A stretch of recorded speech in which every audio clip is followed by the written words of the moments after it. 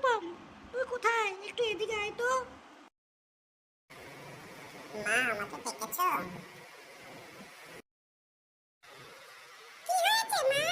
বলো। তোর না কালকে স্কুল আছে, তুই এখনো মোবাইল নিয়ে কি করছিস? না মা, আমি মোবাইলে টাইম দেখছিলাম।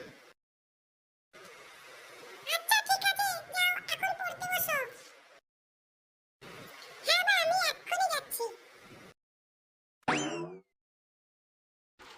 এই তোকে না মা একটু আগে পড়তে বসতে বললো, তুই কি করছিস এখানে এখনো? বাবা তুমি কখন বাড়িতে এসছো? ঠিক আছে যাও, অনেক বেশি কথা বলা শিখে গেছো। যাও পড়তে বসো। এবার যদি রেজাল্ট খারাপ আসে না, তাহলে কিন্তু তোমার টিভি দেখা এবং ফোন নিয়ে আচ্ছা বাবা।